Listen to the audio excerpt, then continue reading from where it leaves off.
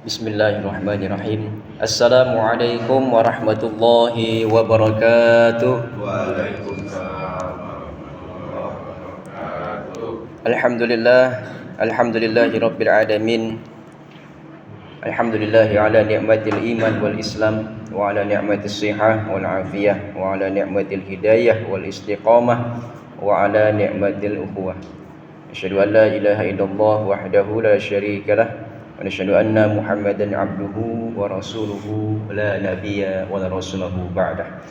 Allahumma salli wa sallim wa barik ala sayyidina Muhammadin asyrafil anbiya'i wal mursalin wa ala alihi wa ashabihi ajma'in, amma ba'du.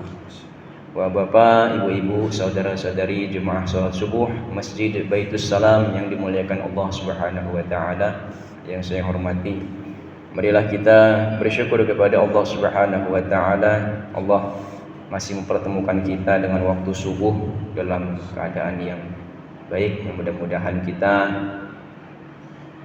senantiasa istiqomah melaksanakan ibadah kepada Allah sampai akhir hayat kita.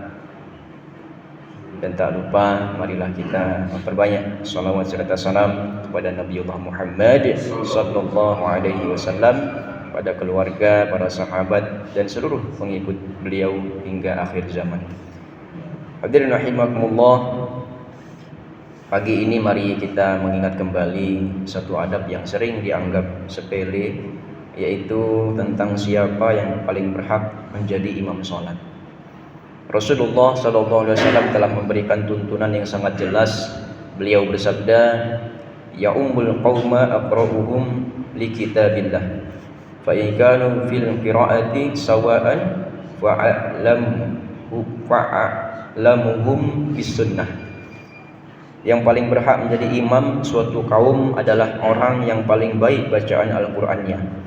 Jika bacaan mereka sama, maka yang paling memahami sunnah. Hadis riwayat Muslim. Dalam hadis ini para ulama mengatakan bahwa yang menjadi imam bukan hanya dia adalah misalnya dia berani, bukan pula hanya sekedar memimpin sesuatu sholat. Imam adalah orang yang dipercaya memimpin ibadah seluruh jamaah.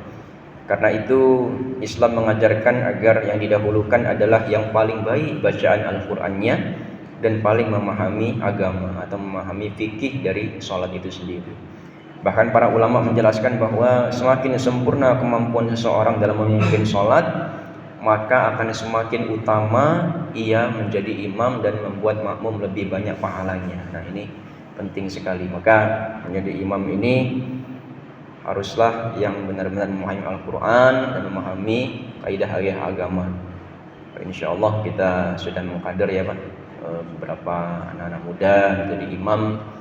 Mudah-mudahan dapat istiqomah mereka memimpin dalam sholat-sholat kita, karena memang mereka memiliki hafalan yang baik, kemudian pemahaman agama yang luas, dan mereka memiliki background pendidikan yang betul-betul dari pesantren, sehingga ini betul-betul kita jadikan imam di dalam sholat kita, sehingga sholat kita ini lebih utama di hadapan Allah Subhanahu wa ta'ala.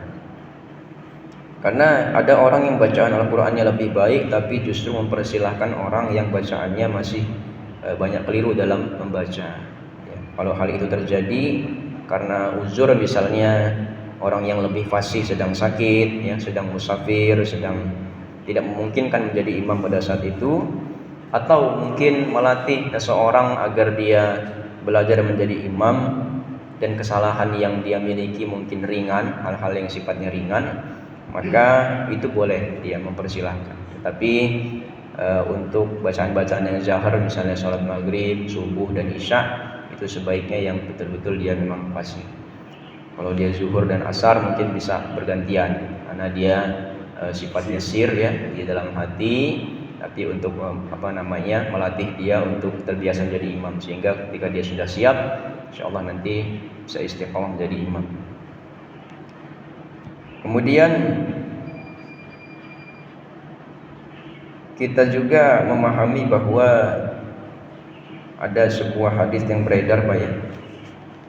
yang mungkin kita bisa salah memahaminya apabila kita tidak memahaminya dari penjelasan para ulama kita, bahwa salatun la tujawizu salatuhum adanahum. Ada 3 golongan yang sholatnya tidak melampaui telinganya, maksudnya tidak diterima, tertolak.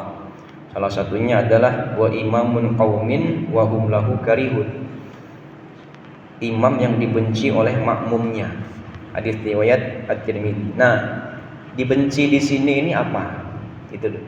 Jadi kita harus pahami betul, jangan sampai kita berpikir karena kita iri karena dia kaya, gitu.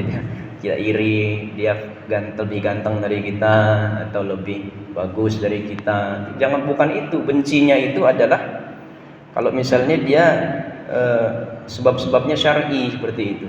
Bukan benci gara-gara kita ada masalah pribadi sama dia, gitu. Bukan. Tetapi bencinya itu misalnya dia paham agama tapi dia suka berbohong misalnya begitu ya, meremehkan agama, menyebut agama, semua agama itu sama. Nah itu beda. Bilang dia agama Islam itu sama dengan agama yang lain, punya surga masing-masing. Nah itu beda itu. Dia paham agama tetapi dia menafsirkan agama dengan logikanya. Nah itu tidak bisa kita jadikan imam, sekalipun dia fasik sekalipun. Ya, misalnya kemudian mohon maaf ketika dia masih merokok Pak ya, itu sebenarnya belum bisa jadi imam, belum layak menjadi imam, karena merokok itu adalah menjadi salah satu perbedaan di antara ulama, bahwa merokok itu ada yang bilang makruh tapi ada juga yang bilang haram. Maka ketika dia jadi imam sebaiknya dia sudah meninggalkan yang namanya rokok itu, ya tidak merokok lah gitu, karena merokok itu tidak hanya menyakiti diri sendiri tapi bisa mengganggu orang lain ya. Sekalipun memang banyak orang yang memiliki dalil untuk membenarkannya, tapi sebaiknya adab daripada imam itu sendiri di dalam kesehariannya juga harus dilihat. Sehingga yang dibenci di sini bukan berarti kita punya masalah pribadi dengan orang tersebut, tidak. Tetapi dibenci di sini adalah imam tersebut memiliki perangai yang tidak baik, akhlak yang tidak baik, sekalipun dia fasik. Nah ini yang bisa masuk kategori dia tertolak sholatnya seperti itu. Kemudian di sisi lain ya, bagi siapapun yang diberi amanah menjadi imam, jangan pernah berhenti untuk belajar. Teruslah kita belajar. Thalabul ilmi fardhatun ala kulli muslimin. Jadi belajar ini wajib ternyata Pak, wajib.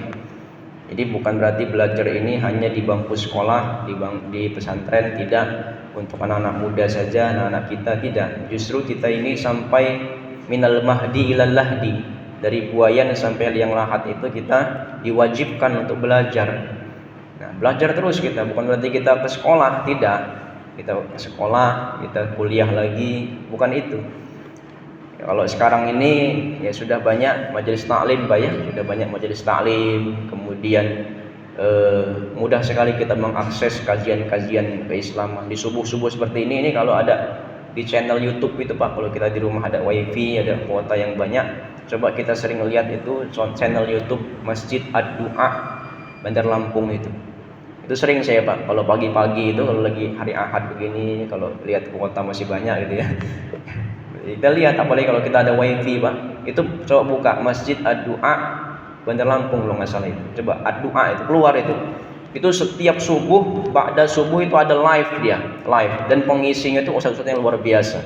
Ustadznya salah satunya Ustadz Dokter Ikhwani, dokter banyak sekali. Kalau Ustadz Abdul Kafi Hamdan, kemudian Ustadz Lampung semua, Ustadz orang-orang Bandar Lampung. Kita nggak kekurangan dai Pak, kita nggak kekurangan orang-orang yang paham agama.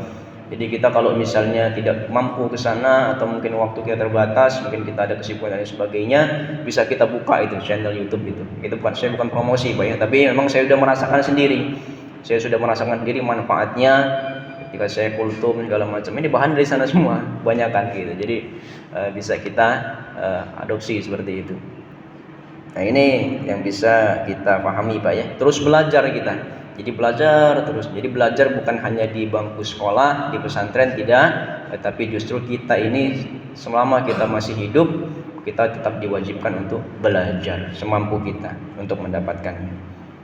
Kemudian ada sedikit juga Pak ya, ini adalah hubungan kita kepada sama manusia. Yaitu salah satunya adalah kalau kita memelihara hewan, Pak ya.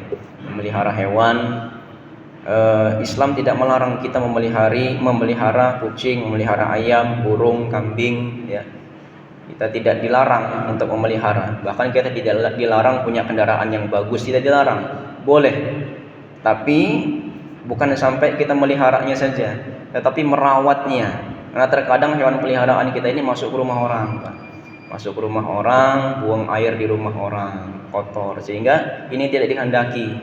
Maka bagi kita yang mungkin punya hewan peliharaan, apakah itu kucing, apakah itu ayam, ya, apakah itu apapun, jangan sampai hewan peliharaan kita ini mengganggu rumah orang lain seperti itu. Ya, itu sudah dirasakan sendiri. Kadang pernah mau berangkat subuh, sendal kita ternyata sudah bau air kencing. Entah kencing, siapa yang ngencing kucing tanya gitu kan. Nah, ini maka ya sebaiknya kita rawat, jangan sampai mengganggu tempat orang lain seperti itu. Kemudian kendaraan kita juga, kita tidak dilarang punya kendaraan, tidak dilarang betul kita punya kendaraan, boleh. Bahkan kalau misalnya kita butuh, wajib justru kita punya kendaraan itu. Tapi itu tadi, parkirnya jangan sembarangan seperti itu. Apalagi kalau kita lihat jalannya sempit seperti itu ya, jangan sampai mengganggu orang lain. Nah, ini adab-adab. Jadi ibadah itu tidak hanya ketika kita di masjid, tapi bawalah nilai-nilai Islam itu dalam kehidupan kita sehari-hari. Maka kehidupan kita lebih dirahmati oleh Allah Subhanahu wa taala. Mudah-mudahan Allah Subhanahu wa taala menjadikan kita hamba-hamba Allah yang baik ibadahnya, baik akhlaknya, baik lisannya, baik kepeduliannya, sehingga kehadiran kita membawa ketenangan bagi keluarga, bagi jamaah dan seluruh masyarakat kita. Demikian dapat saya sampaikan. Kalau mohon maaf pada Allah, mohon ampun. Subhanakallahumma wa bihamdika asyhadu an la ilaha illa anta astaghfiruka wa atubu ilaik. Wallahu taala a'lam bissawab wa nahnu nata'allam. Wassalamualaikum warahmatullahi wabarakatuh.